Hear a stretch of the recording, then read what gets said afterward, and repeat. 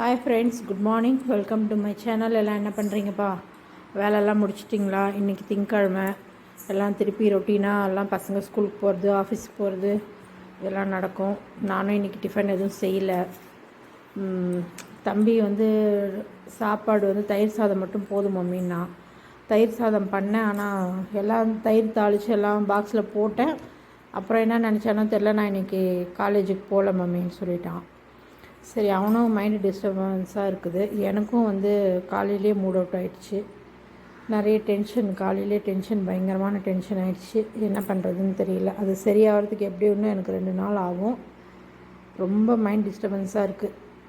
என்ன பண்ணுறதுன்னு தெரியல. இன்றைக்கி திங்கக்கிழமை பிரதோஷம். சாயந்தரம் பேசாமல் போய் கோயிலில் உட்காந்துட போகிறேன். அப்போ தான் எனக்கு கொஞ்சமாக மன திருப்தி கிடைக்கும், மனசுக்கு அமைதி கிடைக்கும். ரொம்ப மன உளைச்சலாக இருக்குது எனக்கு. என்ன பண்ணுறதுன்னு தெரியல.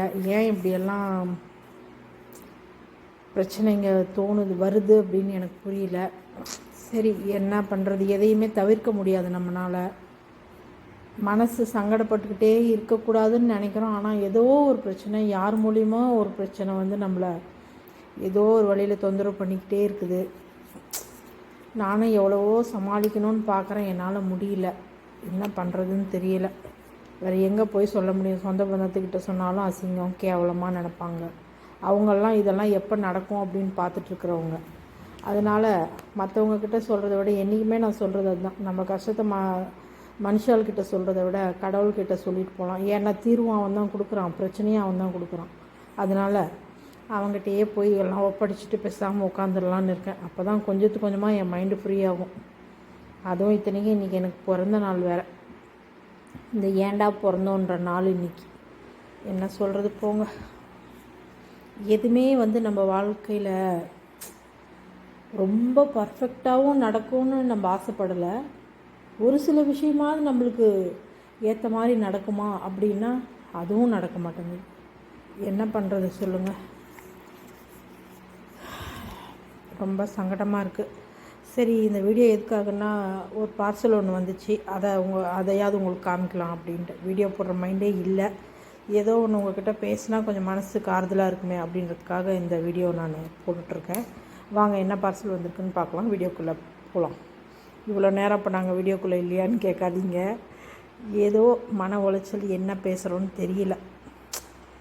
நம்ம நல்லா இருக்கும்போது நம்மளுக்கு எதை பற்றியும் நம்ம யோசிக்க மாட்டோம். எதை பற்றியும் நான் யோசிக்காமல் இருக்க மாட்டேன். இது எதுவுமே நிரந்தரம் இல்லைன்னு நினைக்கிறவன் நான்.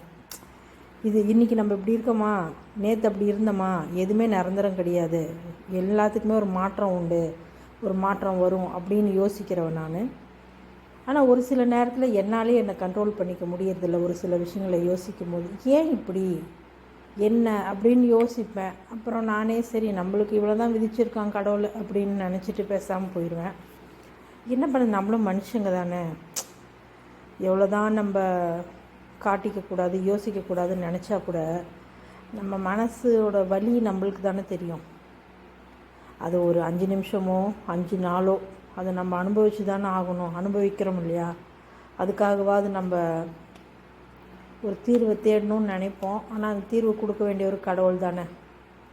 நம்ம தேடிக்கிட்டே இருக்கோம். அவர் அந்த வழியை காட்டினார்னா அந்த வழியில் போகிறோம். நிறைய விஷயங்கள் என்ன முடிவு எடுக்கிறதுனே தெரியாமல் குழம்புறேன் நான். எது கரெக்டாக இருக்கும், எது தப்பாக இருக்கும் அப்படின்ற மாதிரி ஒரு குழப்பம் எனக்கு வருது இப்போது. என்னவோ பார்க்கலாம். சாயந்தரம் போய் பேசாமல் உக்காந்துட்டு அவன்கிட்டயே எல்லா கேள்வியும் கேட்டுட்டு அவன் என்ன தீர்வு கொடுக்க போகிறானா கொடுக்க மாட்டானான்றது எனக்கு கொடுப்பான்னு நம்புகிறேன். ஏன்னா அவங்கள தவிர எனக்கு வேறு யாரும் இல்லையே இந்த உலகத்தில். மற்றவங்களுக்காவது எல்லா சொந்த பந்தங்களும் இருப்பாங்க. ஆனால் எங்களை பொறுத்த வரைக்கும் கடவுளை தவிர எங்களுக்கு வேறு யாருமே கிடையாது. எல்லாருமே எங்களை முதுகில் குத்துறவங்களாக தான் இருக்காங்க. அதனால் கடவுள் தான் எங்களுக்கு கதி. நிறைய பேசிட்டனும், என்ன பண்ணுறது? உங்கள்கிட்டயாவது சொன்னால் ஒன்றும் தீர்வு கிடைக்காது. இருந்தாலும் ஒரு மன ஆறுதல். என்ன பண்ணுறது? வாங்க, என்ன பார்சல் வந்திருக்குன்னு பார்க்கலாம். இது என்னென்னா, நான் நேற்றே காமிச்சிருப்பேன். நேற்று சொன்னேன்னா என்னன்னு தெரியல. பாருங்கள், இது வாஷிங் மிஷினில் அந்த வேஸ்ட் எல்லாம் ஃபில்ட்ரு பண்ணுற ஃபில்ட்ரு தான். அது போயிடுச்சு. என்னோடய வாஷிங் மிஷின் வாங்கி இப்போது 4 வருஷம் ஆயிடுச்சு. 4-5 வருஷம் கிட்டத்தட்ட ஆக போகுது. அது சுத்தமாக அந்த இதெல்லாம் கிழிஞ்சிடுச்சு, நெட்டெல்லாம் கிழிஞ்சிடுச்சு, அது ஒரு மாதிரி ஆயிடுச்சு. அதனால் இது ஃப்ளிப்கார்ட்டில் ஆர்டர் பண்ணேன். 260 வந்துச்சு. ஒன்று போட்டாச்சு, நேற்றே ஃபிட் பண்ணிட்டேன். வாஷிங் மிஷின் ஓடிட்டுருக்கு. இது வந்து ஒன்று அதுதான் உங்களுக்கு காமிக்கலாம் அப்படின்ட்டு ஃப்ளிப்கார்ட்டில் தான் நான் ஆர்டர் பண்ணேன். கடையில் எவ்வளோ விற்கிறாங்கன்னு தெரியல, அதுவும் எந்த கடையில் போய் கேட்குறதுன்னு தெரியல. அதனால் நான் ஃப்ளிப்கார்ட்டில் பார்த்து ஆர்டர் பண்ணேன். 260 இது 2 பீஸு. ஒரு பீஸ் வந்து இதில் போட்டாச்சு. இது எக்ஸ்ட்ரா இருக்கிற இன்னொரு பீஸ். இது என்னன்னா ஒரு ஸ்டாண்ட் ஒன்று ஆர்டர் பண்ணேன், மர ஸ்டாண்டு. அது பத்து தான் என்னன்னு எனக்கு தெரியாது, ஆனாலும் இருந்தாலும் ஆர்டர் பண்ணியிருக்கேன். நம்மளால் கை கால் வச்சுட்டு சும்மா இருக்க முடியாது, எதையாவது ஒன்று பண்ணணுமே, அதனால் எதையோ ஒன்று பண்ணிகிட்ருப்பேன். இது எப்படி செட் ஆகுதான்னு பார்த்தேன், அப்படி இல்லைன்னா ரிட்டர்ன் போட்டுருவேன். இதனோட ரேட்டும் வந்து 300 எவ்வளோன்னு பார்க்குறேன், இருங்க மறந்துடுச்சு. 340 கிச்சனில் வைக்கலான்னு இதை எடுத்தேன். பார்த்தேன், அன்றைக்கி கொஞ்சம் நல்லா இருந்துச்சுன்னு ஆர்டர் பண்ணிட்டேன். ஆனால் அது சரியாக இருக்குமா என்னன்னு இப்போ டவுட்டாக இருக்குது. பார்க்கலாம் இருங்க. பாருங்கள், இது 2 பீஸ் வந்திருக்கு. ஆனால் அது வெயிட் ஒன்றும் அவ்வளோவா இல்லை, ரொம்ப லேஸாக தான் இருக்குது. இதுக்கு வந்து 2 ஸ்டாண்டு கொடுத்துருக்காங்க. அந்த போல்ட்டெல்லாம் கொடுத்துருக்காங்க, அதை ஃபிட் பண்ணுறதுக்காக.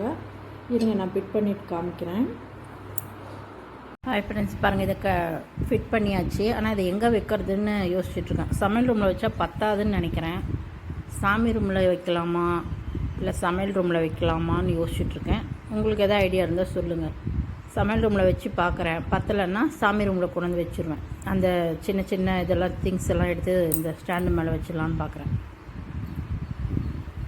ஓகேவா, ரிட்டர்ன் பண்ணிடலான்னு பார்த்தேன், ஃபிட் பண்ணவே முடியல. அப்புறம் இப்போ தான் தம்பி வந்து ஃபிட் பண்ணி கொடுத்தான். சரி, அதனால தான் அப்படியே வச்சுக்கிட்டேன். ஓகேவா, இது எங்கே வைக்கிறேன்றதை நான் அடுத்த வீடியோவில் உங்களுக்கு போடுறேன். ஓகே ஃப்ரெண்ட்ஸ், என் வீடியோ பிடிச்சிருந்தால் லைக் பண்ணுங்கள், கமெண்ட் பண்ணுங்கள், சப்ஸ்கிரைபர் பண்ணுங்கள். ஓகே பாய், அடுத்த வீடியோவில் சந்திக்கலாமா? இப்போ நான் கோயிலுக்கு கிளம்பிட்டேன். இன்றைக்கி பிரதோஷம் இல்லையா, அதனால் நான் கோயிலுக்கு கிளம்பிட்டேன். நீங்களும் எல்லோரும் கோயிலுக்கு போயிட்டு வாங்க. Okay bye.